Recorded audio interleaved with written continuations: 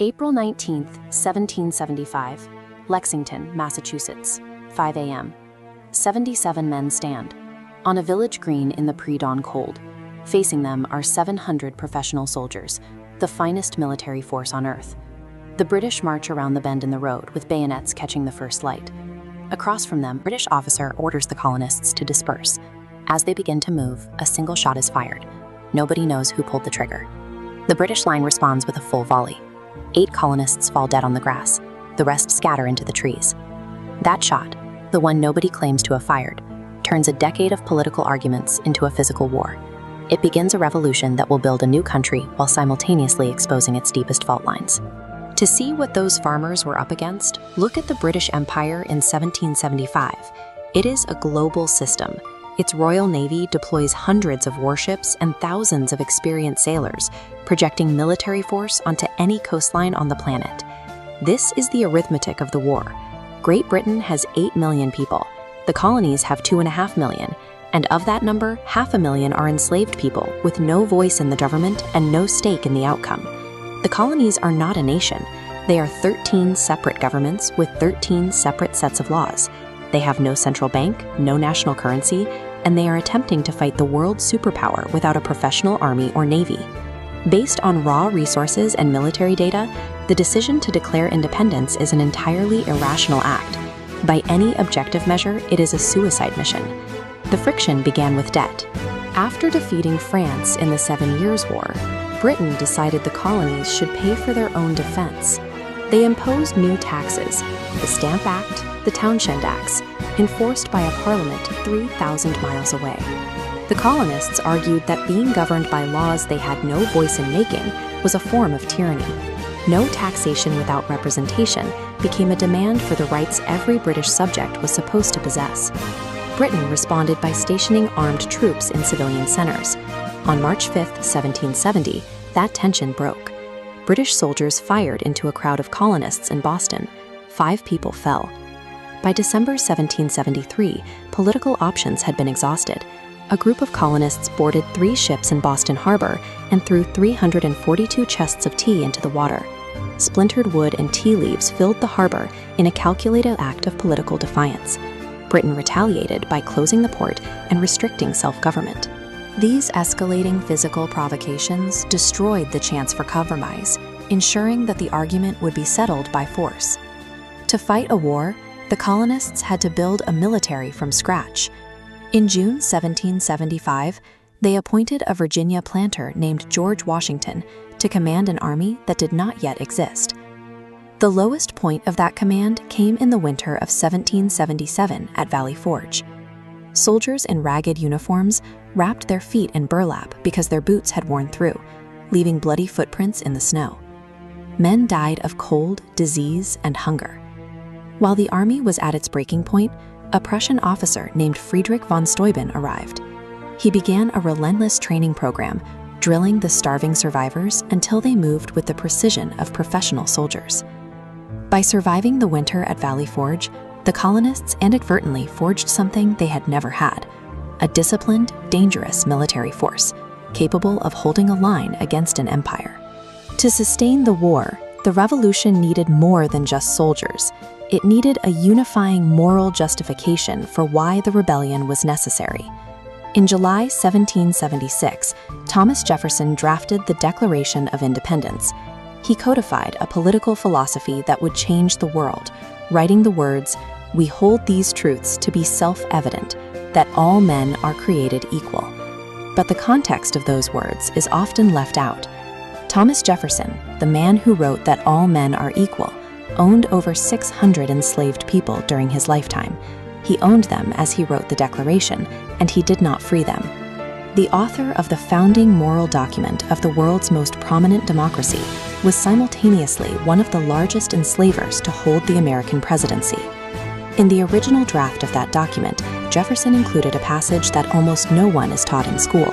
It was 168 words long, and it explicitly condemned slavery as a cruel war against human nature itself.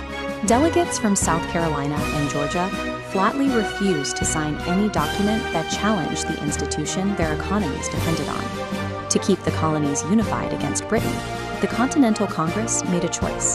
They struck those 168 words from the text. Jefferson watched the deletion happen and did not stop it.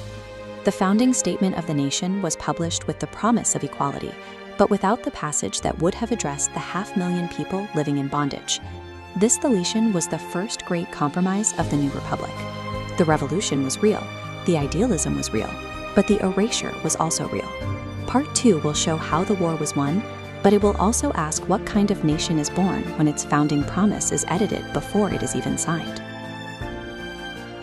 In the summer of 1776, Thomas Jefferson drafted 168 words condemning slavery.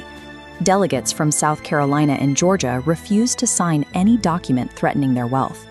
Jefferson watched as those words were crossed out, leaving the founding document of the new republic silent on the 500,000 people living in bondage. The colonies went to war under the words that survived the edit, that all men are created equal. They fought a grueling campaign against an empire that possessed every material advantage. The mathematics of the conflict shifted in 1778.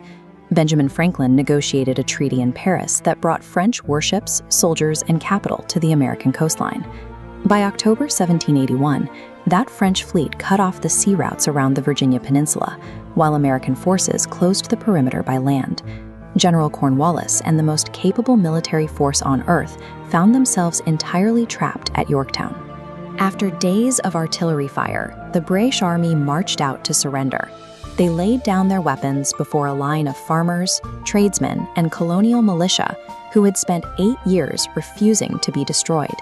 They defeated a global superpower. But the end of fighting immediately exposed a quiet truth. Removing the British system left an administrative void that threatened to dissolve the colonies from the inside. The Treaty of Paris officially recognized American independence in 1783, handing the colonies a massive expanse of territory stretching to the Mississippi River. This manuscript is the Articles of Confederation. It created a federal government lacking the authority to collect taxes or regulate trade. Without enforcement power, it was effectively a list of suggestions. Consequently, states began printing inflating currencies and placing tariffs on each other's goods. The military victory meant nothing if 13 fractured economies could not agree on a functional system to replace the empire they had expelled. In the sweltering summer of 1787, 55 delegates locked themselves inside a Philadelphia state house. With the windows nailed shut to prevent eavesdropping, they spent 4 months arguing over how to build a unified nation. This text established the architecture of the modern republic. The delegates designed a system of separated powers, balancing a bicameral legislature against an independent judiciary. But the convention nearly collapsed over representation. States with large populations wanted power based on headcounts, while smaller states demanded equal votes. The divide mapped directly onto the economies of the North and the plantation systems of the South.